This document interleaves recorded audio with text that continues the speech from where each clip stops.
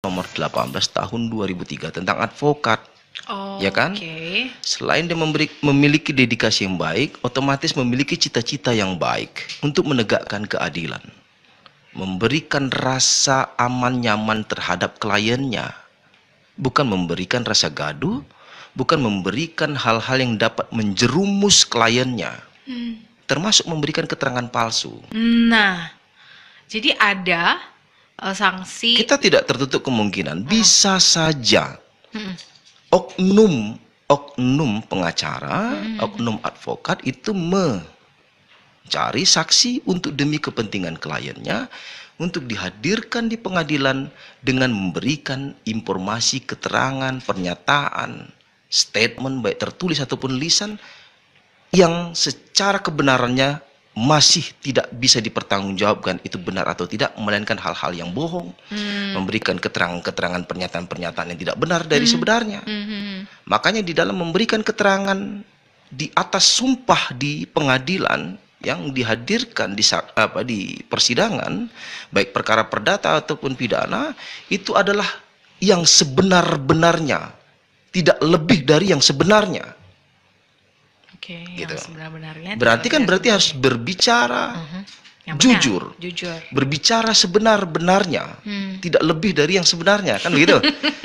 Jangan dinodai, jangan dilebih-lebihkan kalimat-kalimatnya. Oh, misalkan hakim menanyakan kepada saksi, apakah saudara tahu kronologis kejadian si A menjadi terdakwa pada hari ini, misal.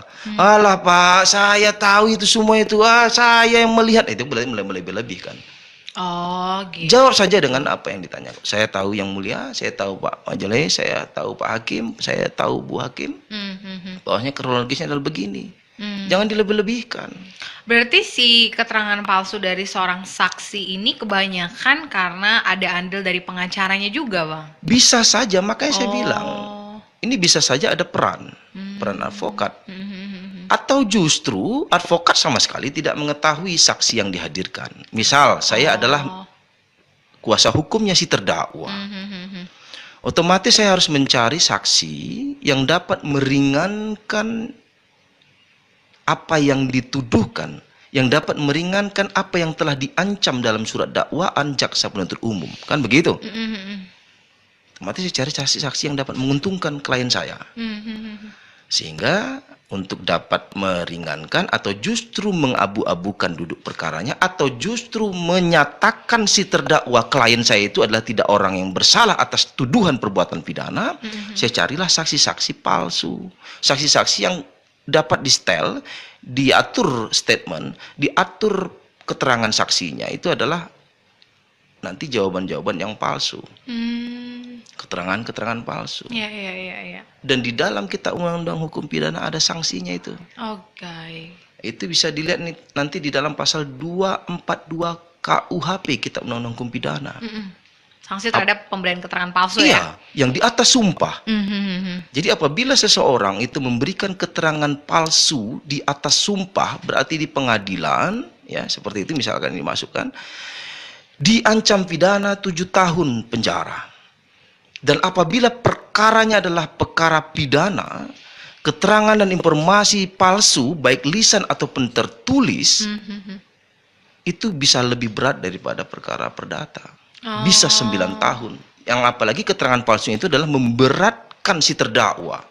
Yang dapat memberatkan si tersangka sekalipun. Misalkan ada perkaranya masih status tersangka.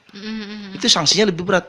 Kenapa? Karena akan mempidana seseorang lebih berat akibat dari keterangan-keterangan dan informasi baik lisan ataupun tertulis yang secara keterangannya tidak dapat dipertanggungjawabkan keasliannya, yang secara informasi keterangan saksi yang diberikan itu adalah sangat tidak dari yang sebenarnya, atau justru dia berlebih. Makanya di sini dapat dimaksudkan sebagai keterangan palsu adalah keterangan yang tidak sebenarnya.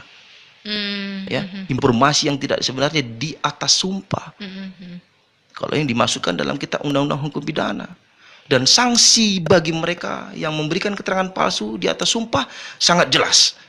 7 tahun pidana penjara, atau kalau terkait dengan perkara pidana, keterangan palsu yang disampaikannya di atas sumpah bisa 9 tahun. Baik.